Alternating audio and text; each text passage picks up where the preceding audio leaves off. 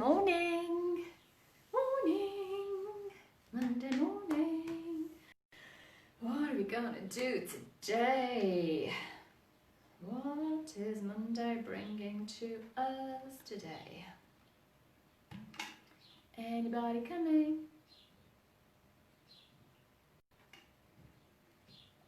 Oops, Daisy. Good morning, Sue. Good morning, Jane. Just popped on. How are you today? How are we feeling? So we got Sue, we got Jane. Good morning, Claire. Good morning, Claire. Love that. Good morning from London. A bit miserable here today.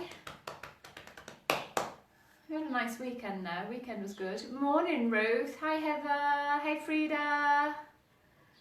It's a bit damp today, isn't it? A bit damp in Spain. It certainly is. I think it's accounts day for me today. Oh, accounts day. So, kind of glad it's not sunny if I'm going to be on the computer. Good morning. Good morning. I want to know how many of you actually do their yoga in these classes, and how many of you just watch. Good morning, Jan. How many of you actually joining? Because I put that little picture up this morning, Monday morning yoga, like someone just lying flat out on the floor. And I have to confess, I have had yoga days, a bit damp in the UK, yeah.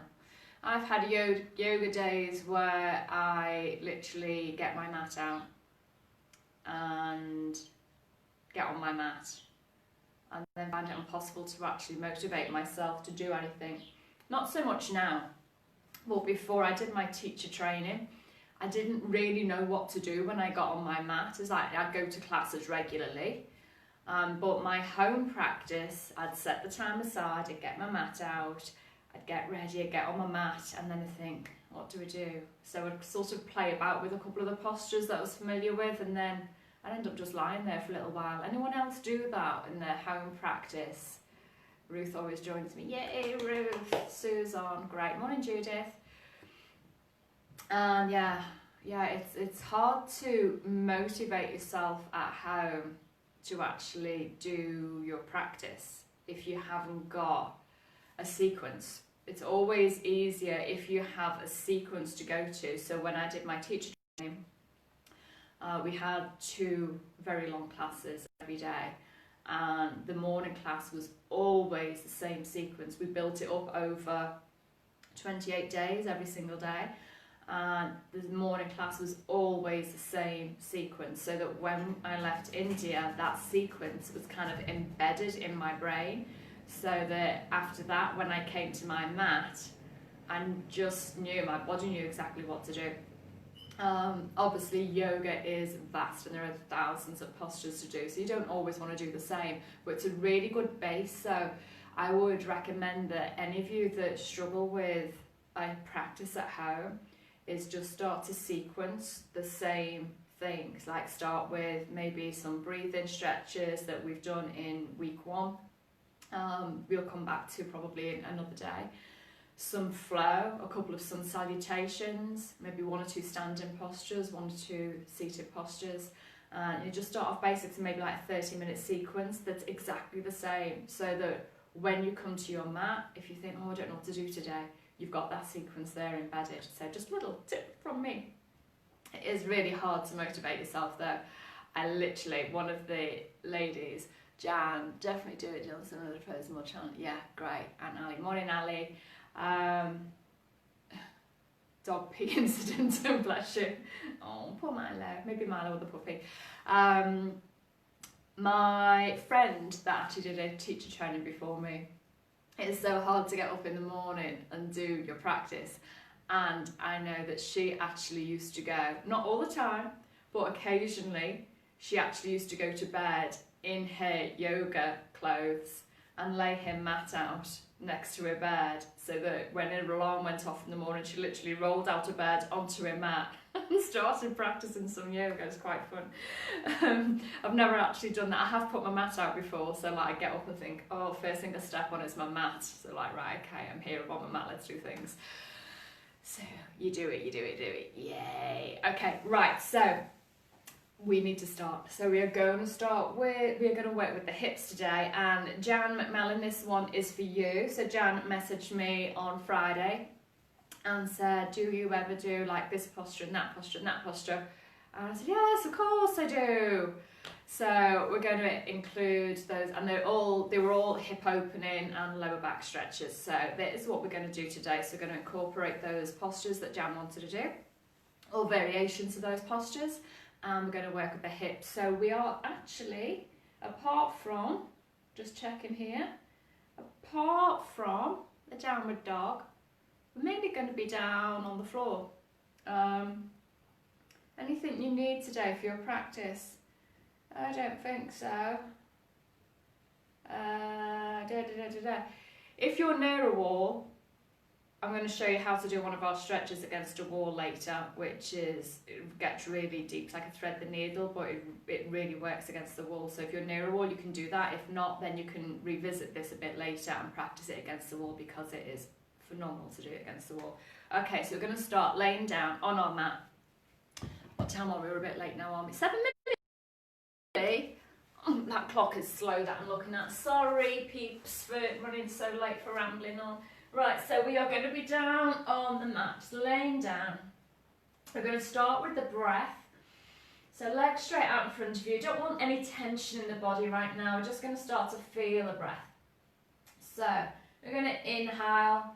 And as you inhale, lifting the arms up and over the head towards the floor behind you. It doesn't matter, the ribs will lift up, the back will lift, that's okay. Exhale, bringing the hands back down to rest on the mat. Inhale, arms up and over. Exhaling, hands back down to the floor. Inhaling. So again, with our breath work, just let your breath be your guide. Exhaling. As your exhale finishes, your hands touch the floor. Inhaling. As your inhale finishes, backs of the hands on the floor. This time, hugging the right knee. So you're exhaling, bringing the right knee. Give it a little hug, still with that exhale. And inhale, release back down to the floor, arms overhead. Exhale, left knee hugs in. Give it a little squeeze. Inhaling, arms overhead, leg down to the floor. Right leg, exhale. Inhale, stretch it out. Left leg, exhaling, squeeze it in. Inhaling, stretch it out. Right leg, squeeze it in, and we're going to hold it here. I'm just getting my hips comfortable on the floor, so we're going to hold it here. Hug that, just holding the leg, really squeeze it into the body as much as you can. Your head, so if your head is lifting off the floor, if you kind of feel that your neck is pinched at the back and your chin is up, I just want you to take a little cushion underneath the head. So we want the back of the head on the floor, not the top of the head. We want the chin like parallel. I don't want the chin sticking up. I'm going to squeeze that knee into the belly. So you might feel a little stretch in the glutes and the back of the hip, or you might not. But giving the abdominal, the digestive system a little massage. Then you're going to take that shin or your knee in your right hand, move it out to the side. So you don't want it coming lower, you still want to take it as close as you can to the body, but just open it up to the right knee, armpit there. So with the thigh as close as we can to the right side of the rib cage. So just massaging the large intestine, running up the right side of the body. And open up this hip. I'm actually doing that right hip. And bring it center. On your exhale, lift the head and shoulders and chest and see if you can touch your nose to your knee. Give a little squeeze in. On your next inhale, extend the leg out to the floor, extend those arms up over the head, have a big stretch. Big breath in. Exhale, left side, hug that left leg into the chest. Squeeze, squeeze, squeeze.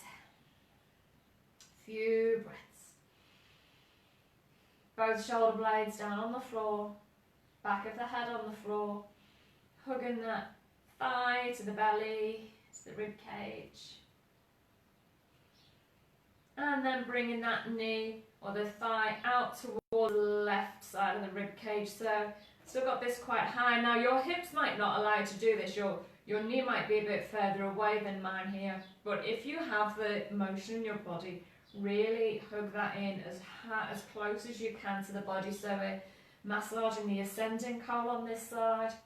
And that digestive system, a good massage. Open up through this hip. Yeah. And bringing it back to center. Inhaling here. And as you exhale, lift head, shoulders, chest, and touch nose to knee if you can. Squeeze it in. Next inhale, stretch those legs out, stretch the arms out. Both knees into the chest, give them a hug. Have a little rock side to side. So it's really nice for the back. And give it a nice massage. So rather than just wobbling about here, really nice rock from side to side. So just don't crack your elbow on the floor if you've got tiles in next to you. So I'm giving it a really good rock and roll. Let the back of the hips come into the floor. And let the head move side to side. And then we're going to roll forwards and backwards, so up and down. This is going to take some momentum. Some of you are going to be like, oh, oh. So if you're like this, take hold behind the knees and push those legs forward. So you're going to need to round the spine. So a bit like a rocking horse, a rocking chair, and rolling, rolling, rolling. This is going to start to work your abdominal muscles. Once you've got that momentum going, it's quite easy to keep it going. Keep the chin tucked in, don't bang your back of your head on the floor. We're coming all the way up, all the way down if we can. So this is great. Not only is it stretching out those back muscles, giving them a nice massage and stretch, stimulating the nervous system and bringing a lot of oxygen to the muscles in the back and to the spinal column. Massaging the kidneys, the sleeve, front of the body is getting all squashed up, so massaging the digestive system. One more time, and then we're going to stay up. Woo! And come over onto the hands and knees.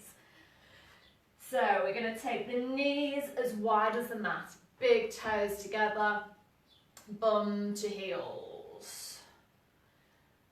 Stretch those arms out in front. Really lengthen, lengthen, lengthen. Please just watch your knees. So if you feel any pinching in your lower back with the knees wide, if there's any pressure on your sacral joint, bring the knees a little bit closer. Otherwise, take them as wide as you can to get a nice stretch in the hips. Stretch those arms out in front.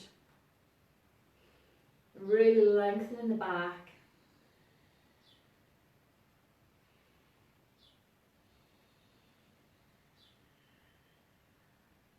And then walking the arms as far as you can to the right. So keeping the chest low and the belly low. So you're probably walking off your mat. And the belly, the rib cage, the chest comes to sit against that right thigh. Really reach through those left fingertips. And in fact, take hold of your left wrist with your right hand. And just as if you're trying to pull that arm even further forward and further across, and feel that stretch all the way from your left hip through the waist, the rib cage, the shoulder. Keep your left hip heavy down towards your feet, so don't let that left hip lift up. The weight is even through the buttocks, down towards the heels. and walking it centre and coming over to the left side. As far as we can to the left, really reach through those right fingertips, take hold of the right wrist of the left hand, and a little drawing over of that arm, so the stretch all the way from the hips, waist, ribs, shoulder.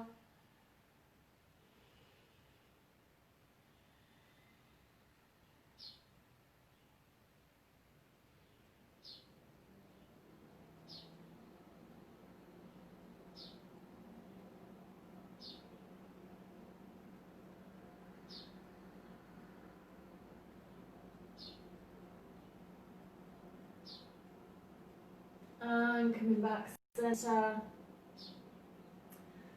and then pressing down into the hands, coming up onto the knees, tuck those toes, lift the knees, lift the bum, and we've got downward dog. So I'm just going to walk the feet slightly closer together. I'm going to take the dog for a little walk. So treading one heel down and the other heel, moving through the toes, the ankles, the knees, the hips. Oh, feels nice.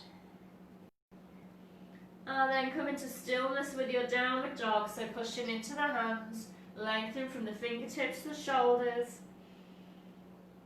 rotating those upper arms out and down towards the mat, the back of the arms, widen the shoulder blades, lengthen through the spine. Remember, draw up that rib cage, don't let it drop down to the floor. And drop the knees together, bum to heels, stretch out, just take the weight off the wrist for a moment.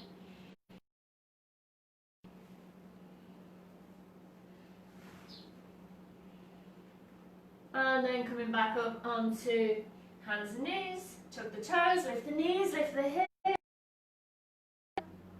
And this time, three-legged dog, so we're going to lift that right leg.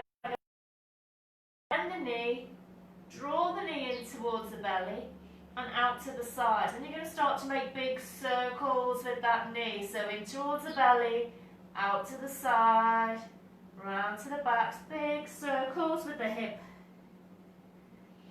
One more this way. And take it back the other way. Back and side and down to the belly.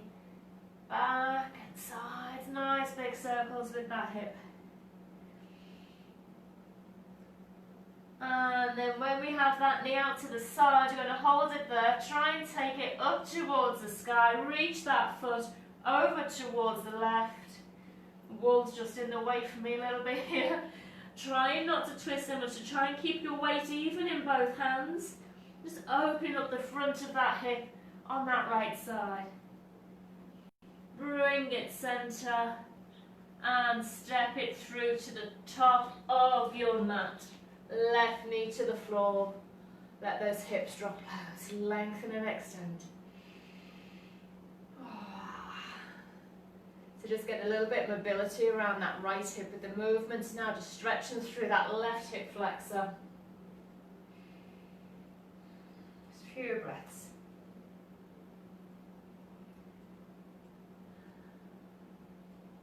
Feels nice, doesn't it? Like it. Tuck the toes, lift the knee, step it back into downward dog. We're going to do exactly the same on the left side. So that left leg lifts up, we bend the knee, and we start to make big circles with the hip. So taking that knee out to this side, down, up to the belly, out to the side, to the back.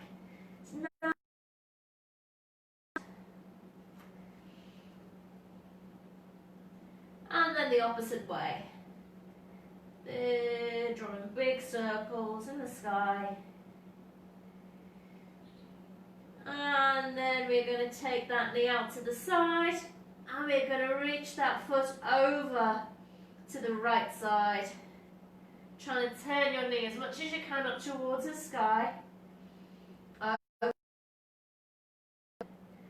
Let your left foot be heavy, dropping down towards the right. And bring it center and step it through, left foot through, right knee comes down, forward.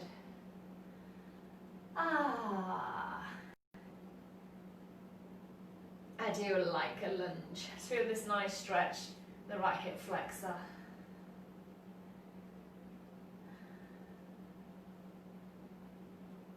Okay. And then tuck the back toes, lift that knee, step the left foot back into your downward facing dog. And this time just take the feet a little bit wider. We're going to start to walk the hands back towards the feet. So let it come onto the mat a little bit. So walking the hands back, back, back. So bend your knees as much as you need to. Let the heels come to the floor. And just going to hang here for a moment. Relax the neck, relax the head. Then if ever you feel a little bit dizzy with the head down, lift the head and chest. Bring your head up as high as the hips if you need to be. Okay, otherwise we're just going to fall down here. So my knees are quite bent. And take hold of the elbows and just hang here for a moment.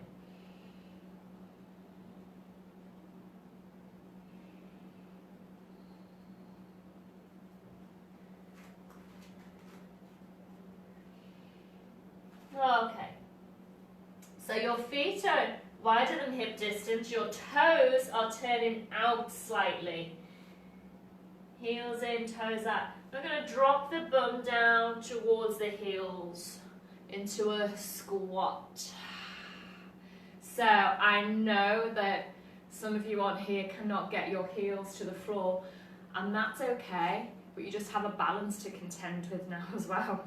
But what you can do, if you have a blanket handy, blanket or a towel, you can roll that up and you can place it underneath the heels. If I turn side on. So if you can't get the heels to the floor, you can use something underneath the heels. You might need to use something a little bit bigger. If you've got blocks, you might need to use a block. If you haven't got any of those things, you can roll up your mat. Top of the mat. We've always got a mat, and you can rest on the mat. Okay? Those of you, I know, knees don't like this position at all, so I know that someone is going to be up here, you know who you are, and if it feels better for the knees, come down here to Baddha Konasana. We're all going to come to this position in a couple of minutes, but right now, we are right here, Malasana, garland pose. Toes are out, hands together, prayer. Elbows inside the knees, and then you're going to draw your thumbs down towards your heart. So as you draw your thumbs down to the heart, your elbows are going to push out, open up those inner thighs. Thumbs to heart, using those elbows to push those knees away, so you're feeling a nice stretch in the inner thigh. But also we want the spine to be long, so we are not hunching over like this. We want to lift and lengthen. So the spine is nice and long, chest is open, shoulders are down. A few breaths.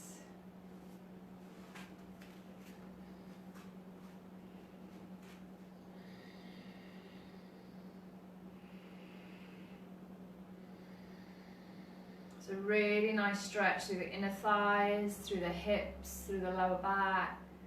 His back muscles lengthening. Oh, I know some of you will be struggling now, especially if your heels are lifted off the floor. I actually do most of my gardening in this position, my weeding, so it feels quite comfortable for me. Okay, so we're going to release the hands. Take the hands down to the floor. Bring the bum down to the floor, bring the soles of the feet together. So you've got our Baddha Konasana, cobbler's pose or bound angle pose. So you want the heels quite close to the bum. Now again, if you're rounding in your back, if it's looking like this, You'll really tighten the lower back in, this psoas muscle.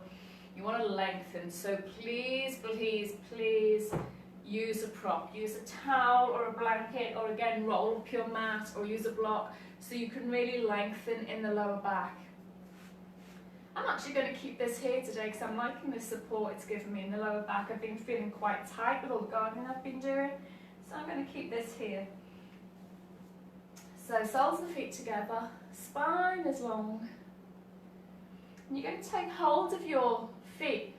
So I'm going to turn around again just so you can see the direction. I'll come maybe a little bit on an angle so you can see. So take the thumbs on the inside of the feet, around the balls of the feet. And you're going to open your feet up like a book. So the soles of your feet are turning up towards the sky. Just feel that in the hips. So close your book. Notice how your knees pop up. And then open up the book. Notice how your knees drop open. Close the book, knees pop up. Open the book, knees drop open.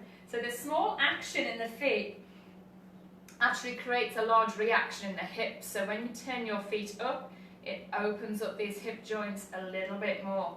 So the feet are up, going to keep them up. Elbows tucked into the waist. Shoulder blades sliding back and down. Spine is long.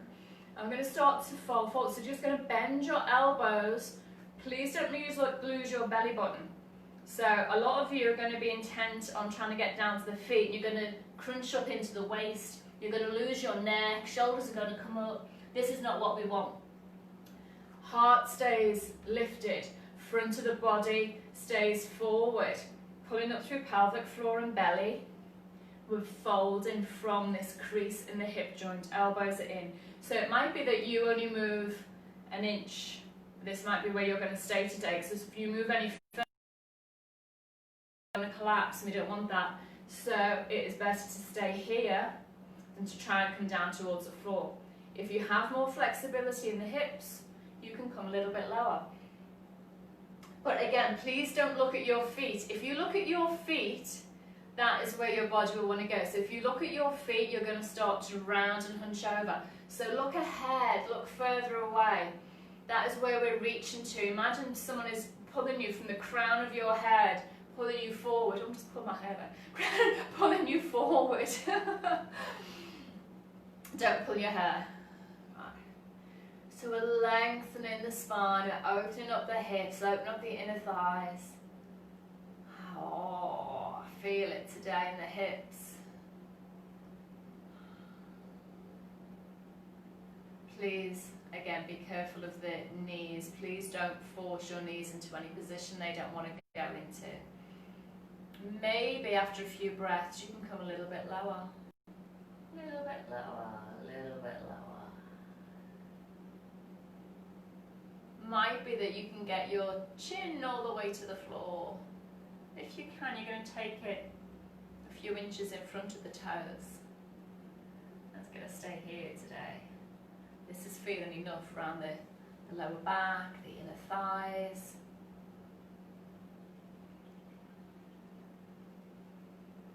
And then pulling up the pelvic floor, pull in the belly, give your back support as you lift all the way up.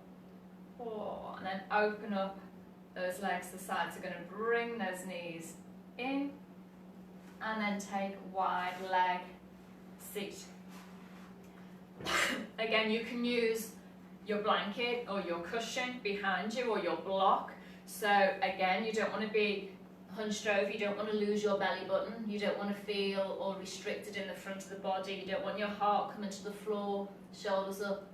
What you want is as if you're pushing forward. So these hip bones, if they're sticking up towards the ceiling, you want to roll them forward so they're directed forward or even down towards the floor.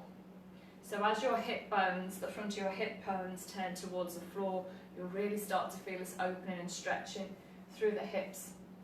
Your toes are staying up. So your wide leg forward fold might be here.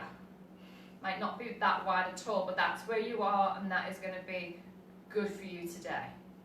You might be a bit more open in the hips, so it might be here. Or you might actually be really open and be able to do full side splits, but again, it's not important. What is important is the journey. What is important is being where you are and really embracing that posture in the position that you're in.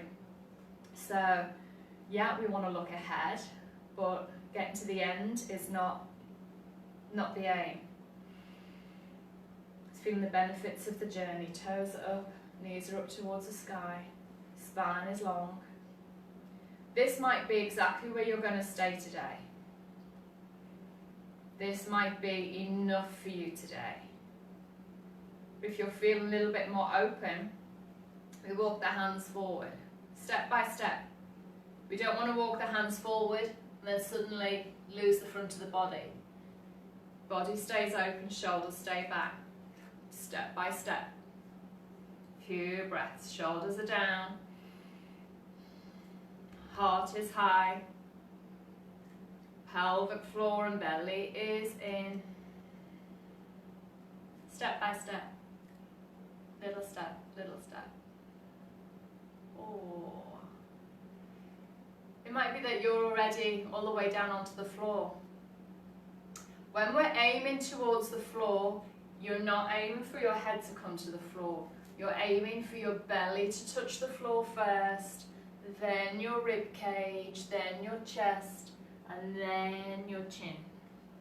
Okay, so it's not head first. It is belly, rib cage, chest. Few breaths. Really joints in the inside of my thighs in a good way, not in a oh shouldn't be here way, in a sweet discomfort way.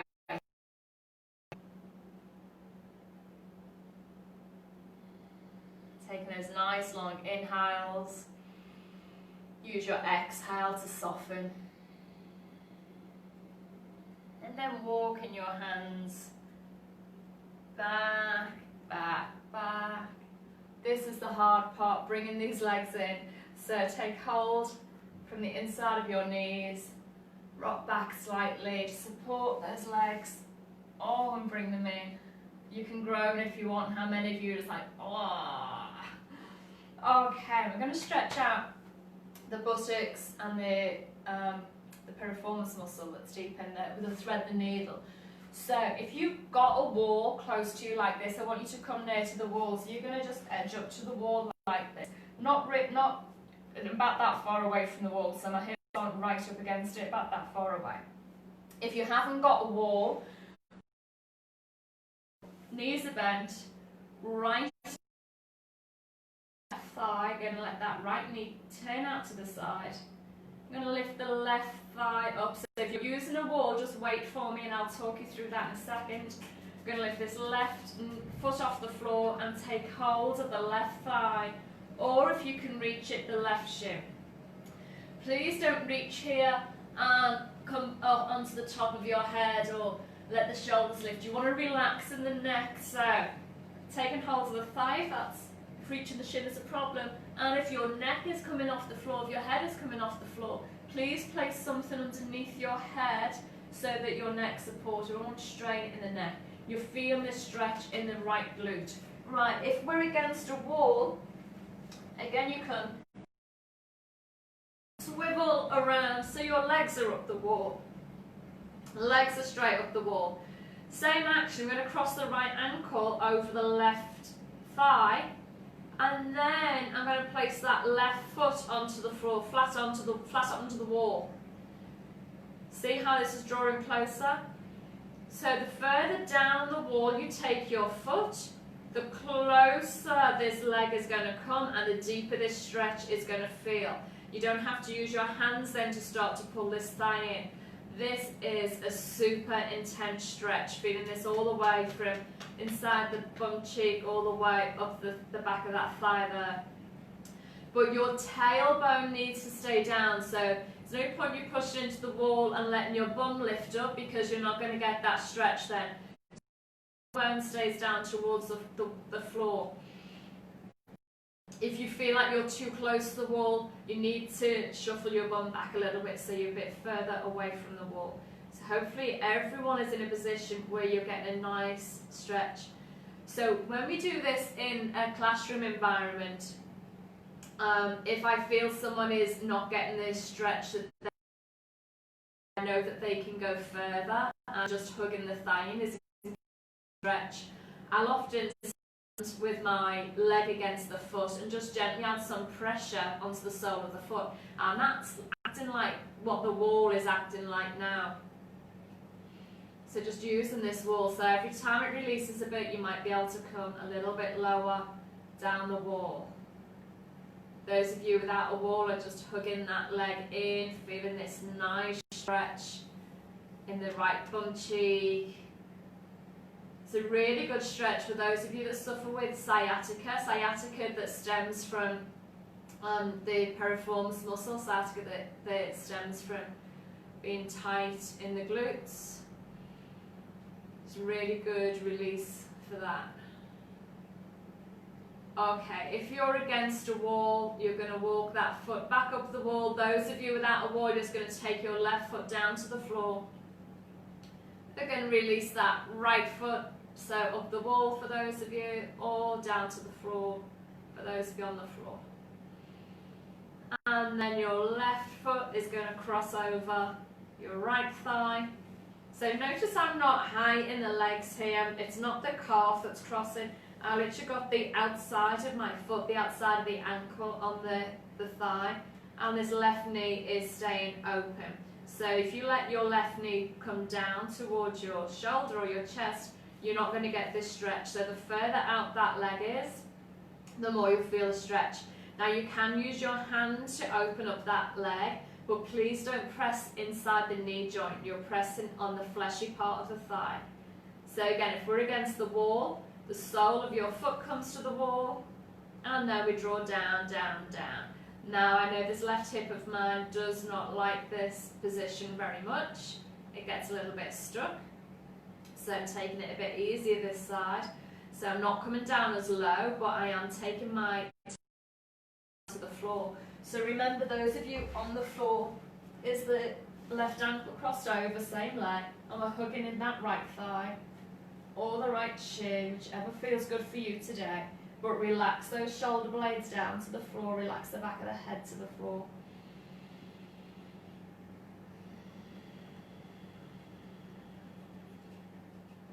Just a few breaths here.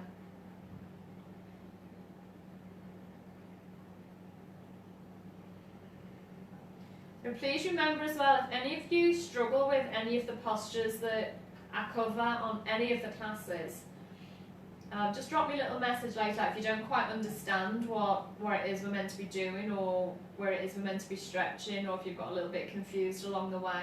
Please just drop me a message or pop something in the comments, and we'll try and see if we can sort that out. The most important thing is that you're getting the most out of your practice that you can, and just taking what's available to you. Okay, so taking, if you're against the wall, just bringing that right foot, straightening that right leg up against the wall so you can release your left leg.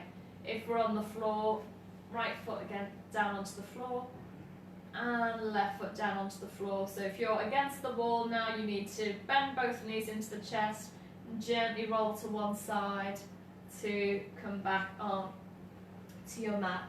So we are just going to finish off with a happy baby pose. So both knees come into the chest, and the knees are wide, so thighs aren't together. We're taking like the knee towards the armpits, hook them in, and flex the feet and take the feet up to the sky.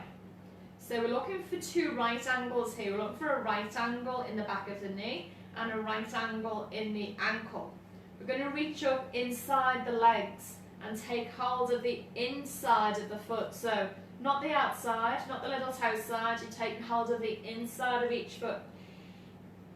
And we're going to use the arms then to draw those feet down. So you're pushing down into your feet, and those knees are coming down towards the floor. So a mistake that often happens in Happy Baby is this. People take hold of their feet and they let their feet drop down. That's not what we want. We want to see this right angle in the knee joint and the soles of the feet up towards the sky. Again, if you're struggling to reach and your head is off the floor, then you're going to bring the cushion underneath the neck and the head just to give you some support. Using those hands to pull down onto the feet, knees coming down towards the floor. If anybody's knees touch the floor, I want to see a photograph. And your tailbone is staying down. Now I mentioned that because I just felt my tailbone lifting up. So your back of your hips and your tailbone, so you should be feeling the back of the hips, the nice flat bone in the sacrum against the floor. And tailbone, you want to feel like your tailbone is shooting down along the floor rather than up towards the ceiling. And then we can have a little rock here, side to side, just like a happy baby. Side to side, just massaging the back of the hips, all the lower back. And then keeping that left leg where it is, you're going to push that right heel out and up, so trying to straighten that right leg. Stretching through that hamstring. Now I've got a lot of shaking and wobbling going on in my right leg at the moment. My hamstrings are feeling this. And then bending that knee back to position and trying to straighten that left leg, push away through the heel, down the hamstring. And bending. Then release both feet, bring the knees together, give them a hug, have a little rock side to side.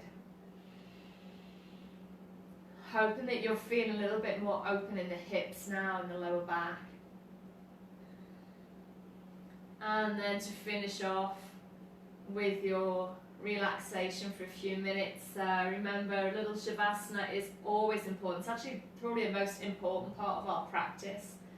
For a long time I didn't understand it. I just thought, oh come on, I've got things to do now, so it's time to move on. Stretching's over, but Shavasana is important. So straighten out those legs if it feels okay for your back.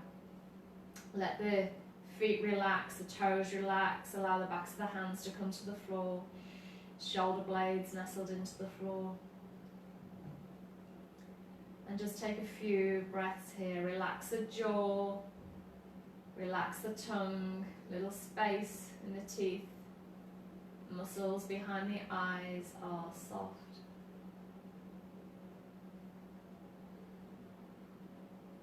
Just taking those few breaths.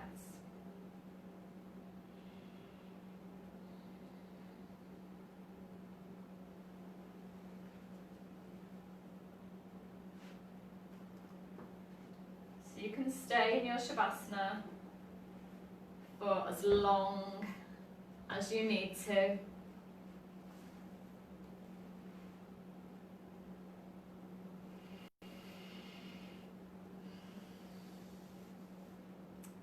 Or if it's time for you to move on, you can bend the knees, just gently roll onto your right side, bring yourself up to seated.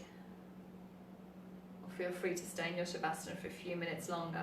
If you're there in your Shavasana, take all the awareness around to your hips and just notice any space that you've created around the hips today.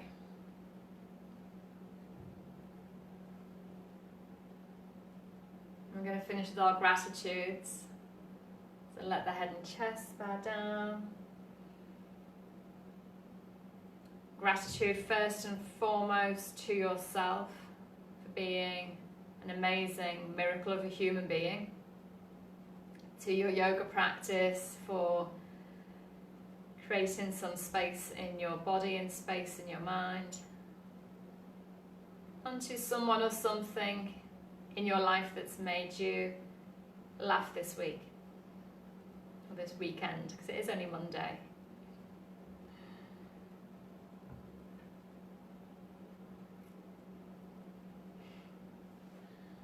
Thank you all for joining me for Open Your Hips this Monday morning. Have a fabulous week. Stay happy, stay healthy. Until next time, namaste. Thank you, Valerie. Hey Ruby, hey Julie.